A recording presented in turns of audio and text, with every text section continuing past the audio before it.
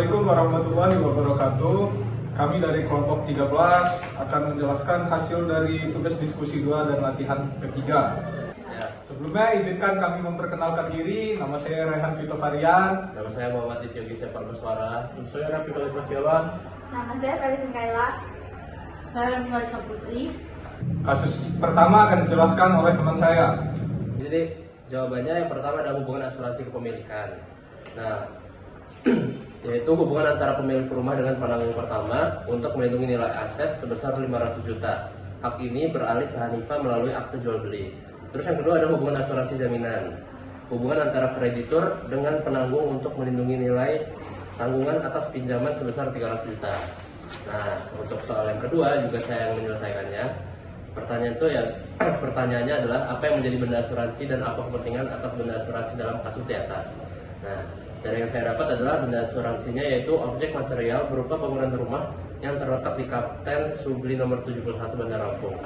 Nah, kepentingan asuransinya bagi Hanifah adalah kepentingan atas hak milik atau nilai ekonomi rumah sebagai tempat tinggal atau aset. Nah, tapi bagi Bang Awet, kepentingan atas piutang atau jaminan yaitu kepastian bahwa utang 300 juta tetap tercover jika rumah sebagai jaminan hancur. Pertanyaan ketiga, siapa pihak yang berhak untuk mengajukan klaim asuransi dalam peristiwa di atas? Yang berhak mengajukan klaim adalah Hanifah.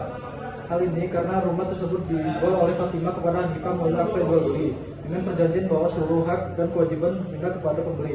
Sejak saat itu, kepemilikan rumah sudah beralih sehingga Hanifah menjadi pihak yang memiliki kepentingan langsung terhadap rumah tersebut.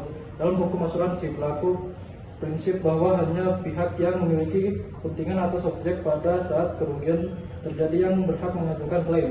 Karena kebakaran terjadi setelah peralihan kepemilikan, maka yang berhak menuntut ganti rugi adalah Hanifah. Sementara itu, Fatimah tidak lagi berhak mengajukan klaim karena sudah tidak memiliki hubungan kepemilikan maupun kepentingan terhadap rumah tersebut. Untuk nomor 4, perhitungan jumlah ganti kerugian yang dapat diklaim oleh para tertanggung. Ganti kerugian yang diklaim oleh Hanifah kepada penanggung polis Fatimah adalah sebagai berikut. Berdasarkan keterangan pada kasus, nilai benda asuransi adalah 600 juta rupiah, jumlah yang diasuransikan adalah 500 juta rupiah, dan kerugian yang timbul adalah 450 juta rupiah. Ganti kerugian yang dibayar penanggung kepada Hanifah adalah 5/6 dikali 450 juta, sama dengan 375 juta. Ganti kerugian yang diklaim oleh Bang Awet kepada penanggung PT Asuransi Setia adalah sebagai berikut. Berdasarkan keterangan, nilai benda asuransi adalah 600 juta rupiah, jumlah asuransi adalah 100 juta rupiah, kerugian yang timbul adalah 450 juta rupiah.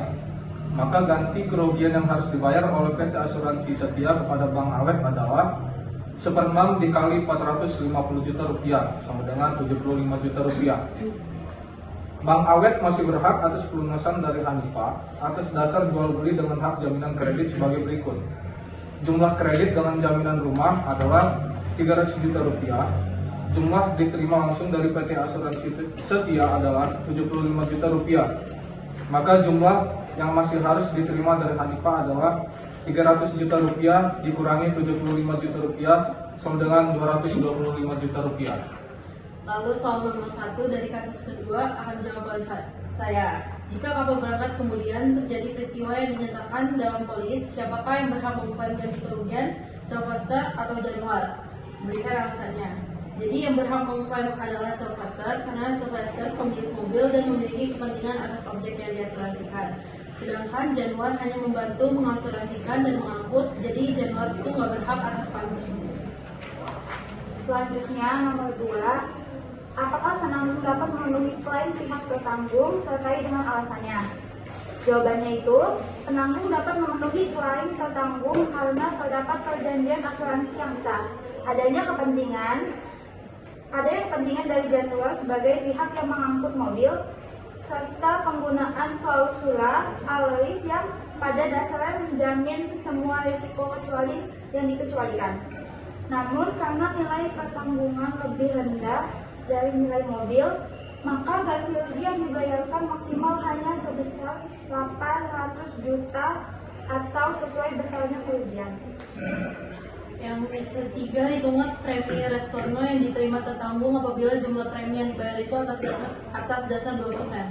Jadi 2% dikali 800 juta sama dengan 16 juta. Jadi premi restoran yang diterima tertanggung itu adalah 16 juta.